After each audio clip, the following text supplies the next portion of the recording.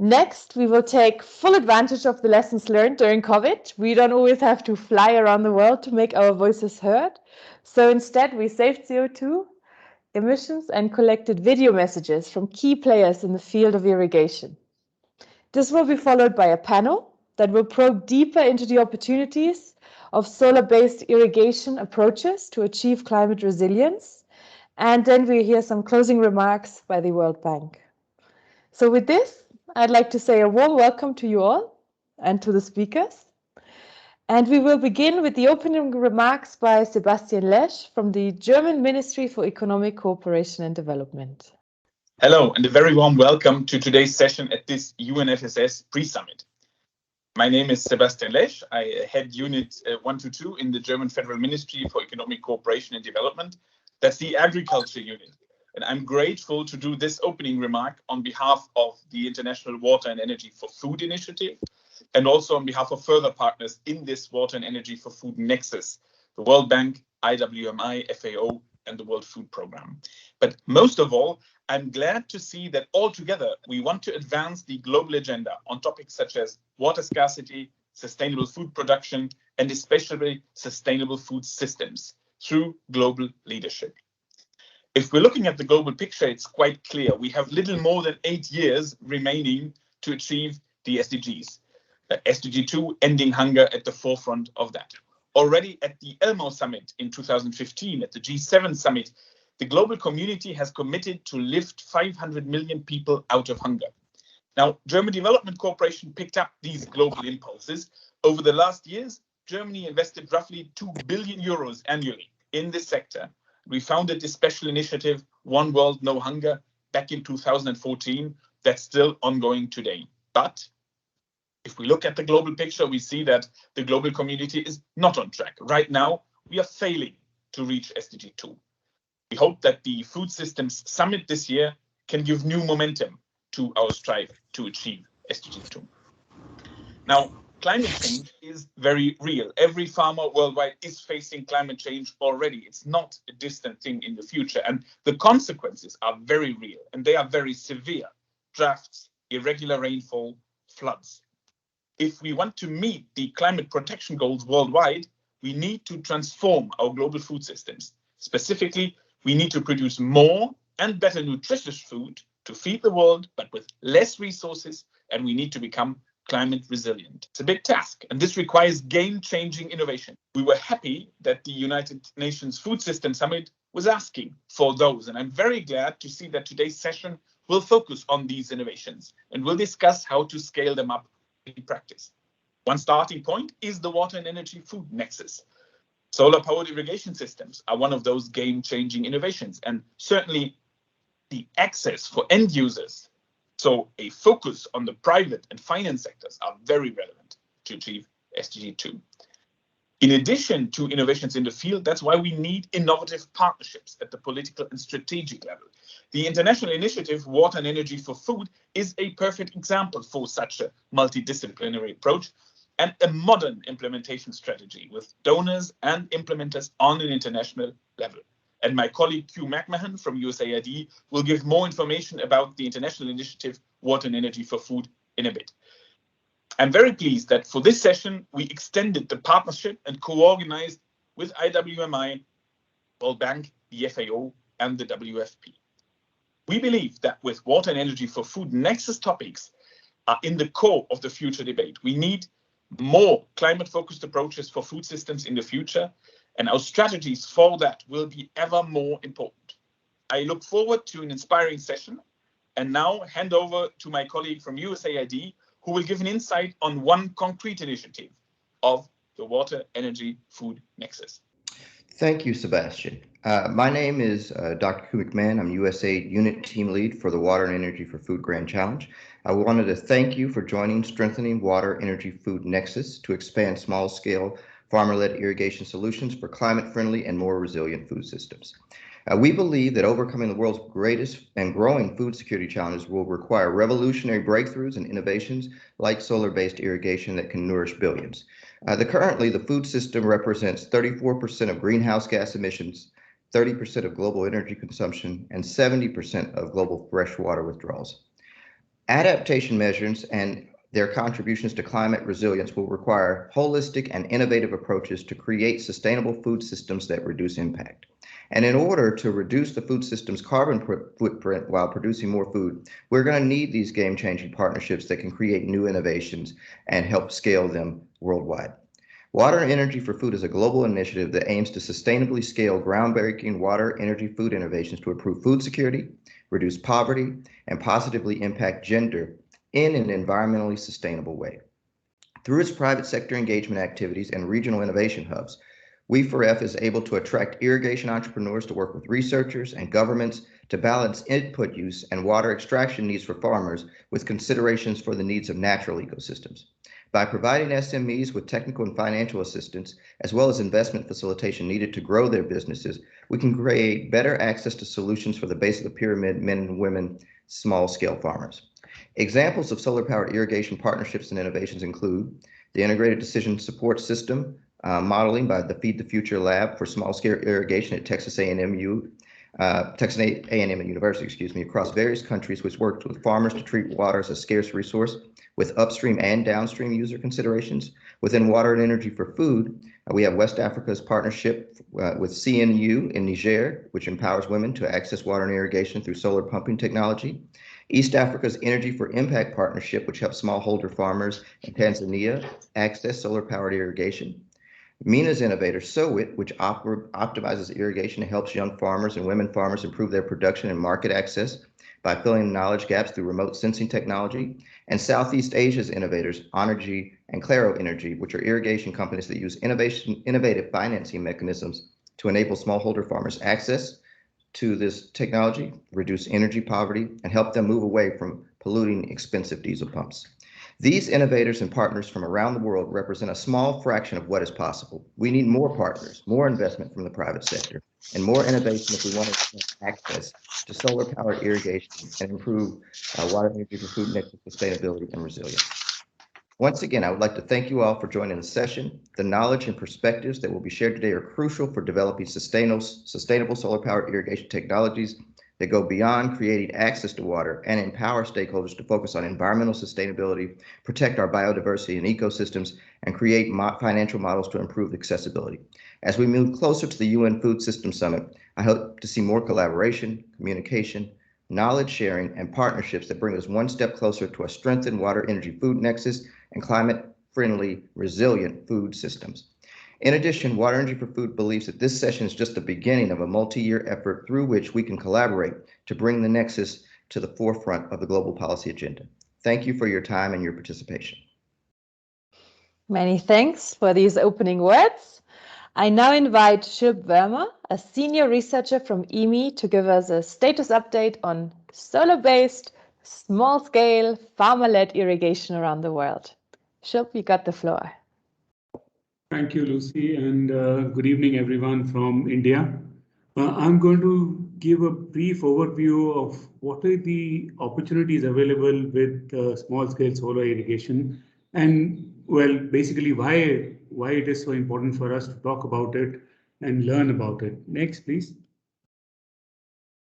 So I don't think I need to go into the details of this particular slide. Basic point here is that world over, the fates of water, energy, and food sectors are intertwined. Policies in one sector significantly affect what happens in the other two.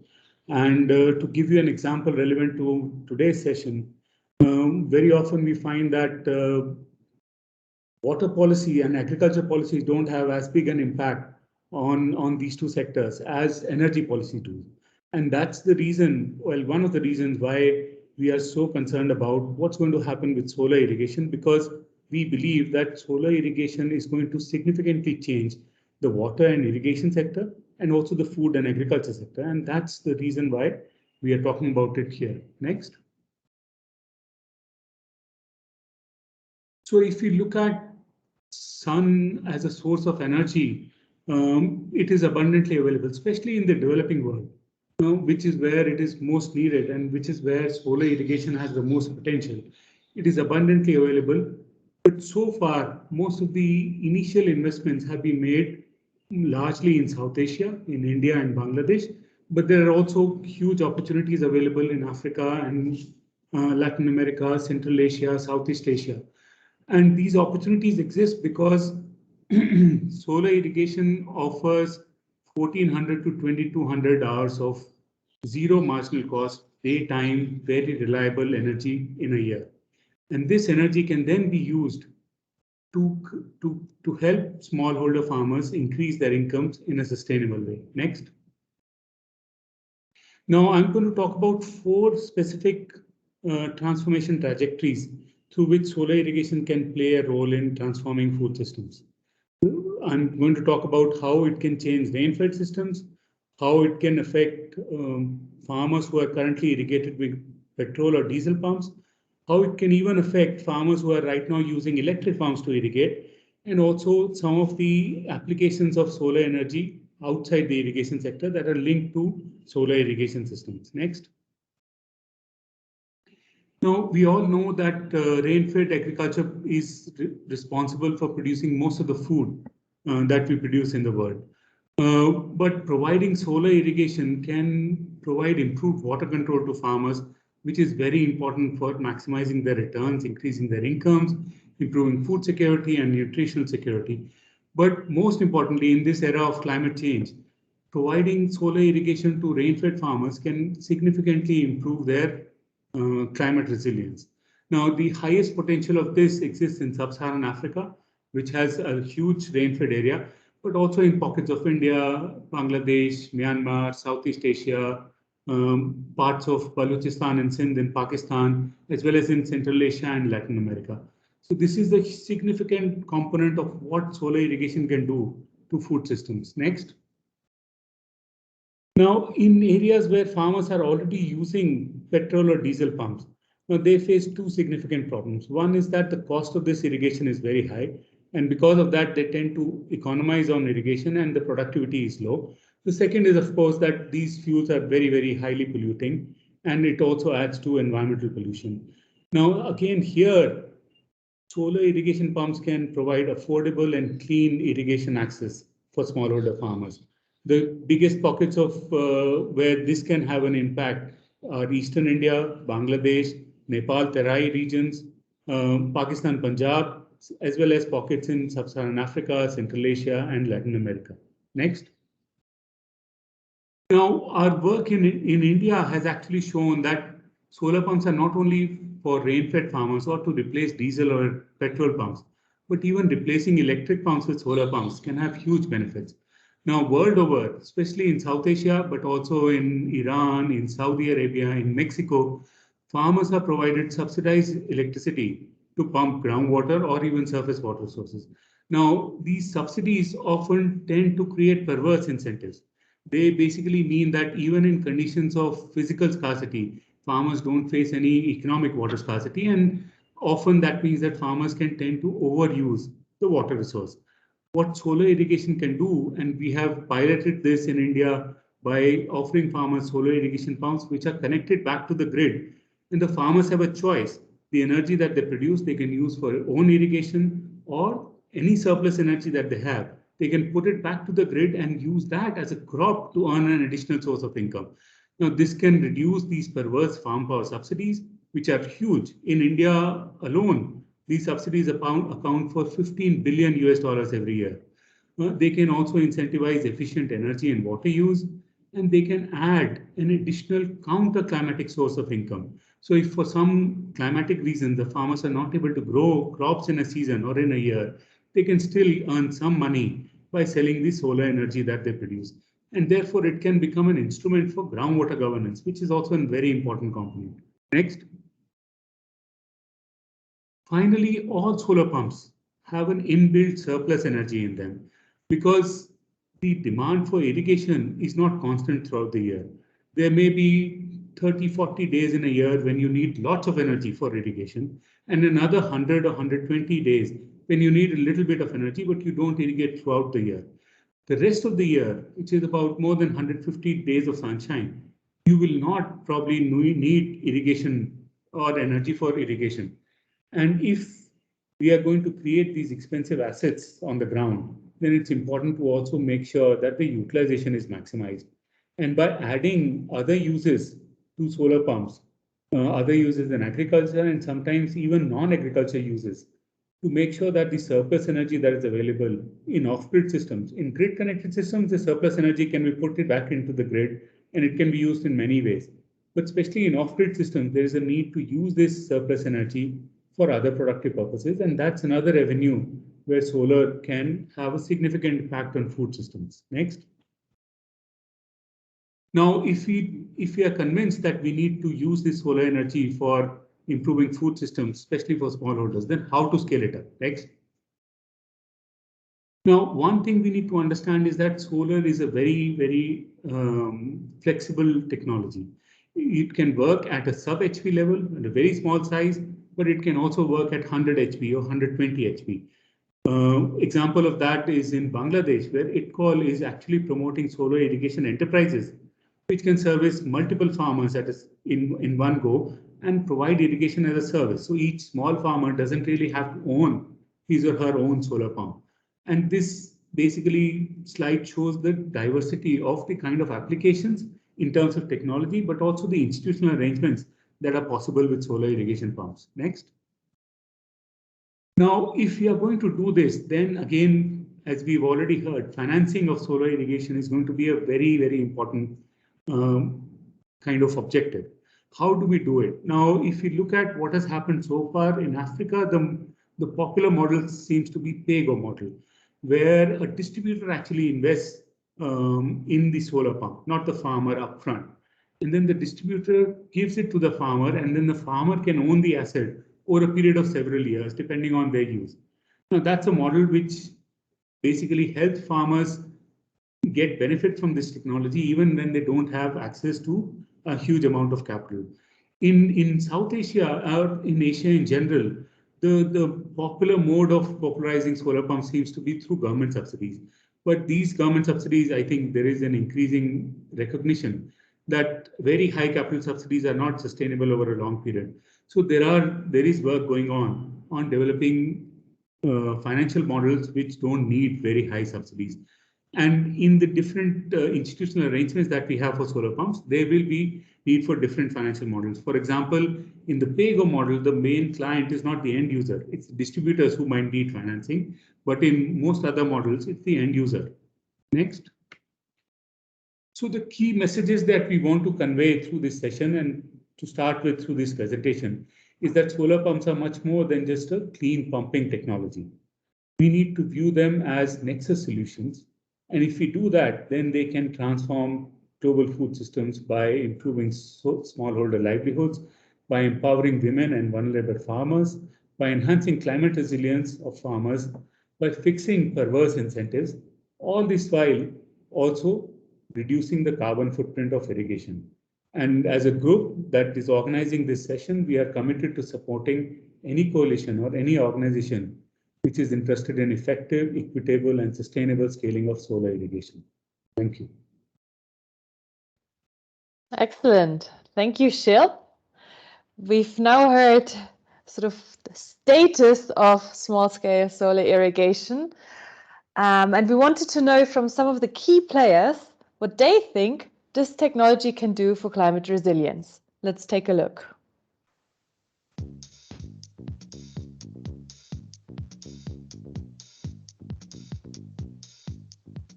Why do you think solar-based irrigation is a game changer to build smallholder farmers' resilience to climate shocks and stresses? Low productivity and high post-harvest losses still remain the major issues being faced by small-scale farmers in Africa. Solar-powered irrigation has proven to be a viable intervention to both climate change challenges and uplifting livelihoods. It is both water and energy efficient.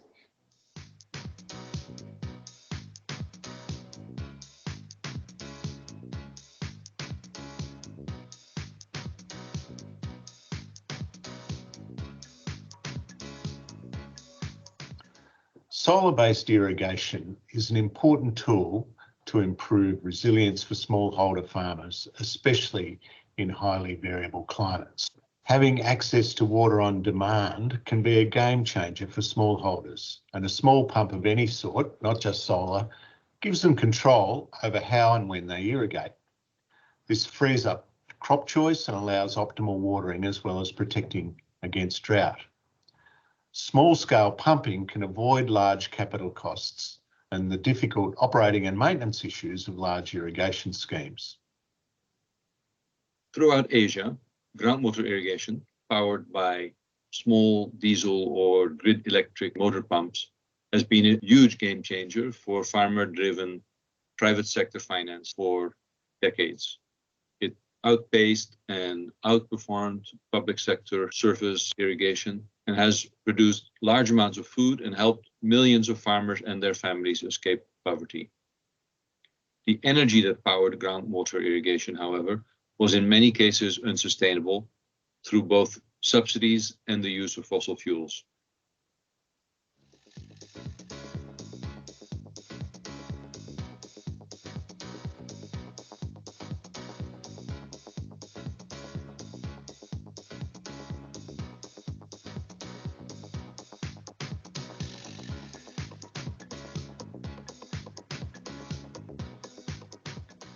(63 to 85% of the farmers of Pakistan, they are small farmers, and 43% of these are farmers with land holding of less than 1 hectare. So this small land holding, they restrict them from their access to different resources, lack of access to the government services, financial resources, purchase of inputs, information and technology adaptation. We are working with IPSA Fund, the India, Brazil, South Africa Fund, to look at enabling solarization of agricultural pump sets in 10 countries. Through this, we want to bring the advantages of having a fixed rate of electricity supply, the fact that you have electricity when you want it, and the fact that the farmers would have the opportunity of either selling the excess water or the excess electricity back to somebody else. For example, the grid could buy the excess electricity. The neighboring farmer could buy the excess water. It creates a revenue source for the farmer himself or herself. Solar pumps are not a silver bullet. There needs to be a viable enabling environment, including a sustainable water resource. A critical aspect that often is missing is the development of viable business models for the farm enterprise and in the supply chain. These are essential if these innovations are to be successfully scaled and sustained, especially beyond the life of the initial investment. What we are aiming to do in WFP is to bring solar water irrigation to smallholder farmers, adopting market-based approaches to ensure longer-term sustainability. For example, by designing payment schemes spread over time that allowed the end users to afford the solutions, but also supporting the most vulnerable with smart and phased subsidies. Why do you think the Water-Energy-Food Nexus approach is important when scaling solutions such as solar-powered irrigation?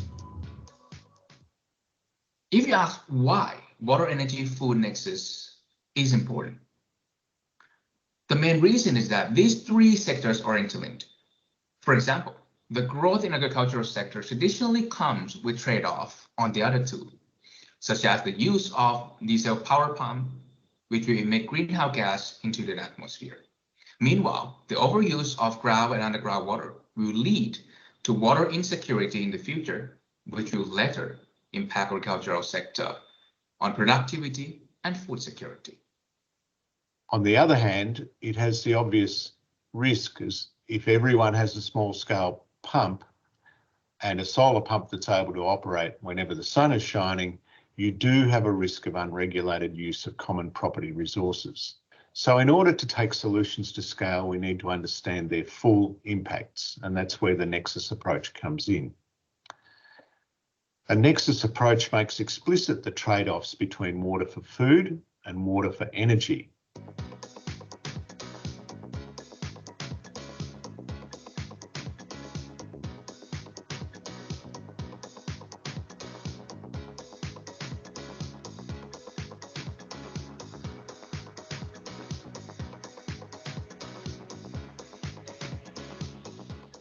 by 2050, the projected population of the country is about 350 million people. The food requirement would be manifold.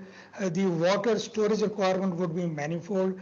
We have at present just only 2 reservoirs with only 13.516 million acre feet of water, whereas we require about 38 to 39 million acre feet of water. So having all these things in mind and the energy requirements to the tune of more than 100,000 megawatts as against the present meager value, I think that will greatly facilitate in developing our sustainability to future dangers with regard to food security and the provision of ever-growing population in Pakistan. To successfully scale up solar-powered small-scale irrigation for an inclusive and sustainable growth, aspects of financing, training, access to markets, and enabling regulatory environments have to be looked at. This cannot be considered in isolation as they affect the 3 aspects of the nexus. You just need to have the right tools to just analyze the situation through multiple angles, from the perspective of the energy sector, from the perspective of the agricultural sector, and from the perspective of the water sector, and cross the perspective and look at the pros and cons of each of the strategies. So that's where a nexus approach brings an added value. It will inform strategic decision, in particular of trade-offs. I mean, how do we decide?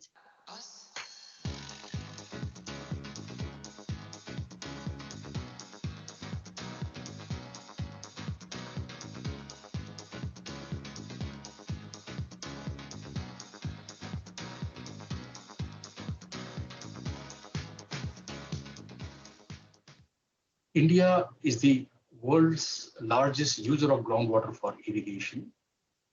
The annual pumping of groundwater is more than United States of America and China combined, which are the next 2 largest groundwater users. The centrality of groundwater to Indian agriculture make the water, energy, and food nexus immensely important for India. The solar irrigation has caught the fancy of Indian farmers, and we have gone from a few thousands of demonstration of solar pumps in 2010 to nearly more than 300,000. However, we should not approach this with business as usual mind, like several initiatives doing simple irrigation projects. It is important to adopt nature-based solutions, and this is where integrating solar-based irrigation, renewable energy, and smart agricultural practices, or in other words, adopting the water-energy-food ecosystem nexus, can address the complex problem we have for sustainable livelihoods, for the environment, and for a better planet. So if we want to keep our current society to thrive, to also learn from the current pandemic, to tap into what is most essential, this water, energy, food nexus approach should be a top priority for all rural communities and across the globe. This should be the top priority for this decade to come and for the next decades.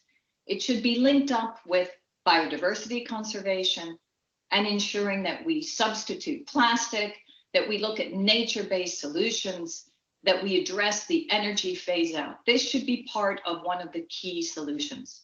So I wish you luck in your discussions today, and I very much hope that we will continue to collaborate together to ensure that the water, energy, food nexus is a core part of how we build resilience through the food system.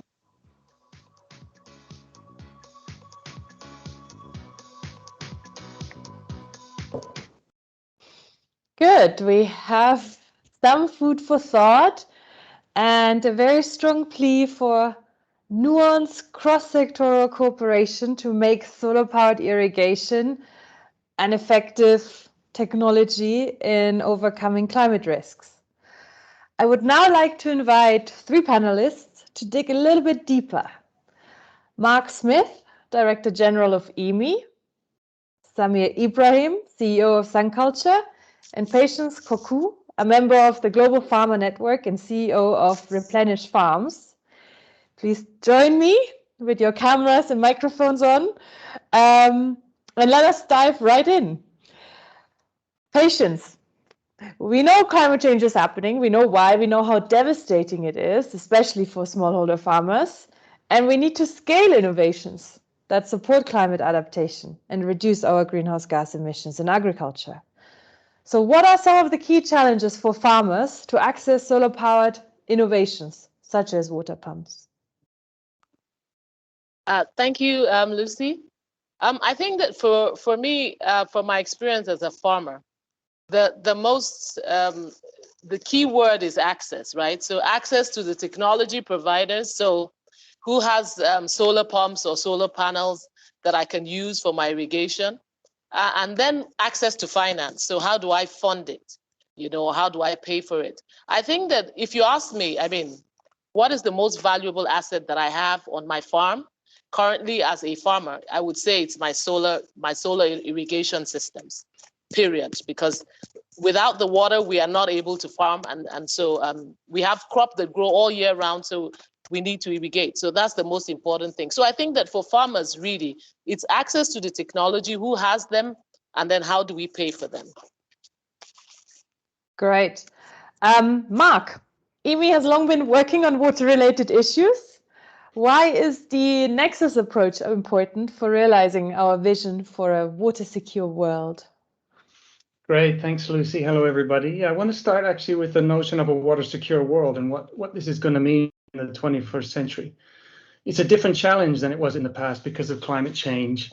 Because of climate change, we have to achieve water security while at the same time water availability is dynamically changing, and extreme events, uncertainty, and unknowns are all expanding. So doing things separately, that's in the past. We can't have different sectors managing water separately like they used to. So sectors including water, energy, food, we have to navigate this together. And the Nexus approach gives us the tools to do so, to understand trade-offs between water uses and between sectors, and to take advantage of synergies. So if you're a smallholder farmer, then what does this look like?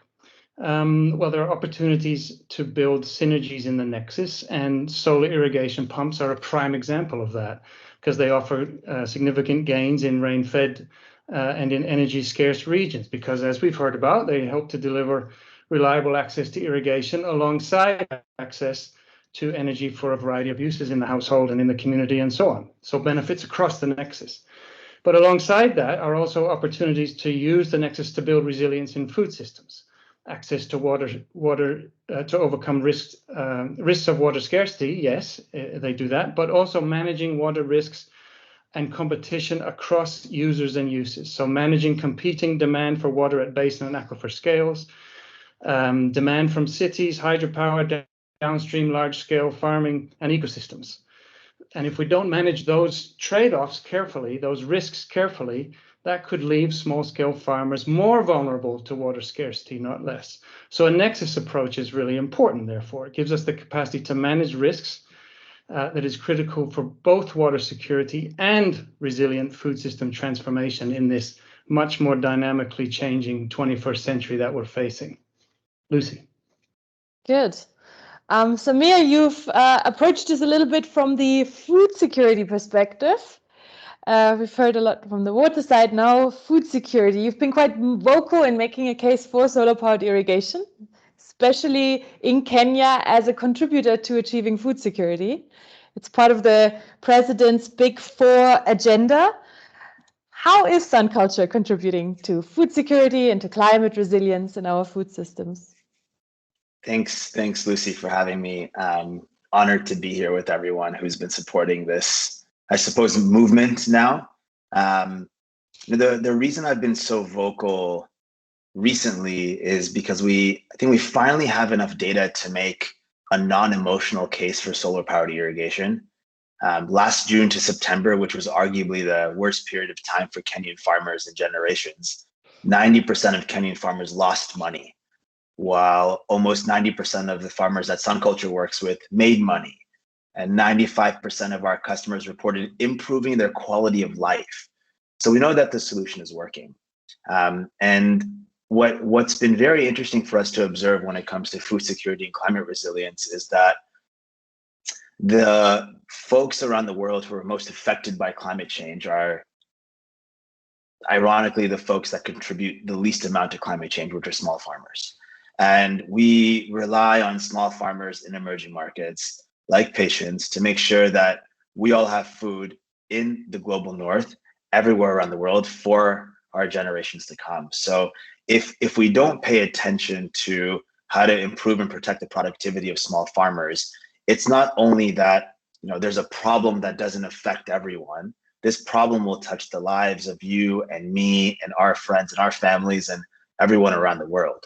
So the sort of thinking about improving and protecting the productivity of small farmers is not just a development agenda goal. It's something that's going to create resilience for humanity at large. So the way we've been approaching it is just simplifying it. How do you improve and protect the productivity of farmers? Patience said it exactly. It's figuring out how to make sure she can irrigate all year round. It's making sure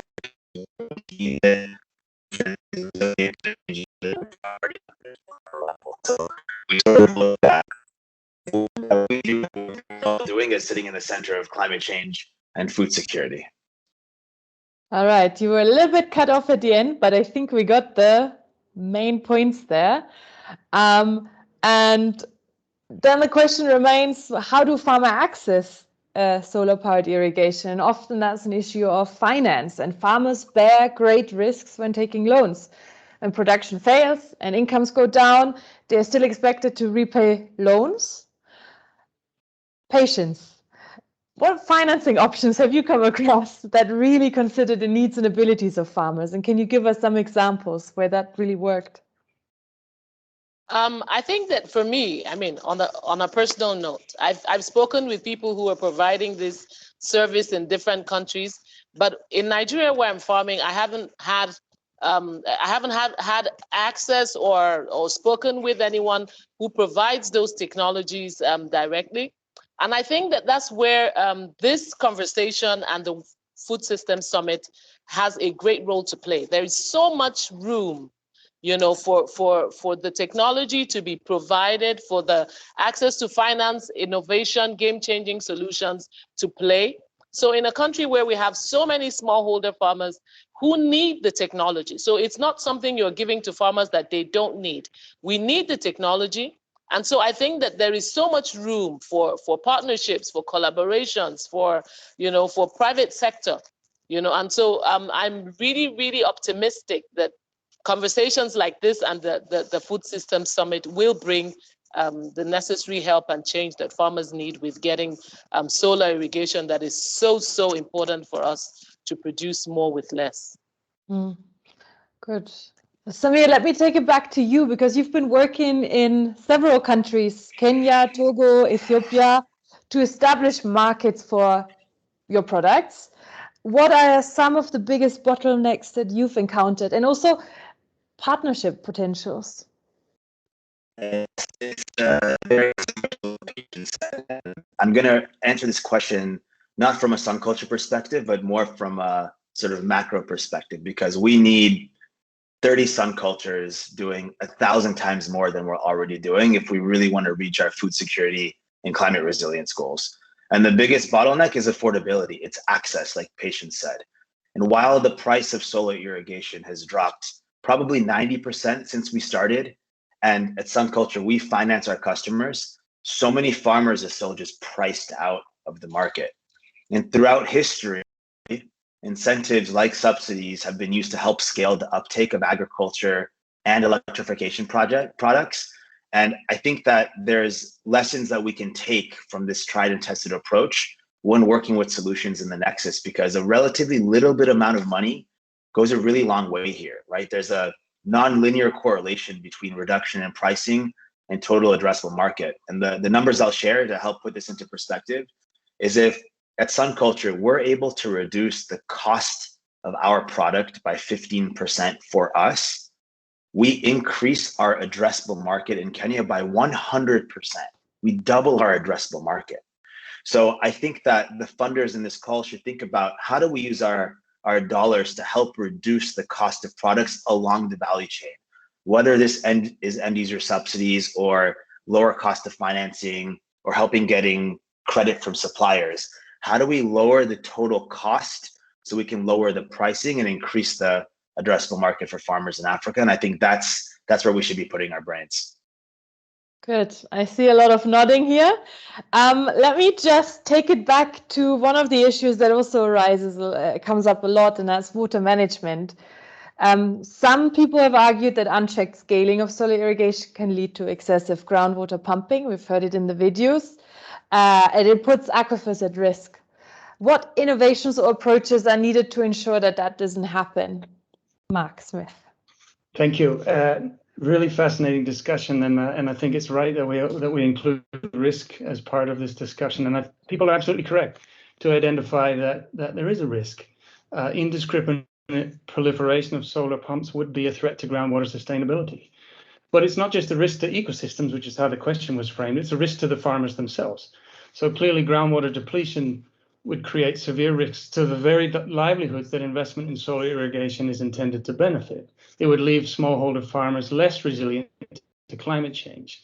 And in that way, it's actually a really good example of why irrigation development does not always necessarily, and we need to take care, it does not always necessarily equate to climate change resilience.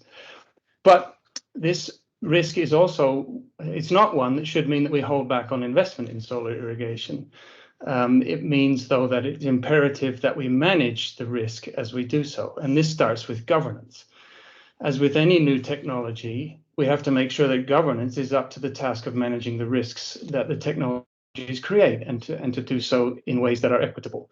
So therefore, expansion of solar irrigation has to go hand in hand with the strengthening of groundwater governance. And then within this, working on scaling models for solar irrigation that are smallholder friendly, as we've been hearing about, and that are groundwater benign, that provide incentives for constraining pumping to sustainable levels, for example, as Shilp outlined for us in his presentation. And then alongside this, are there technologies that could help groundwater governance in this context be more effective?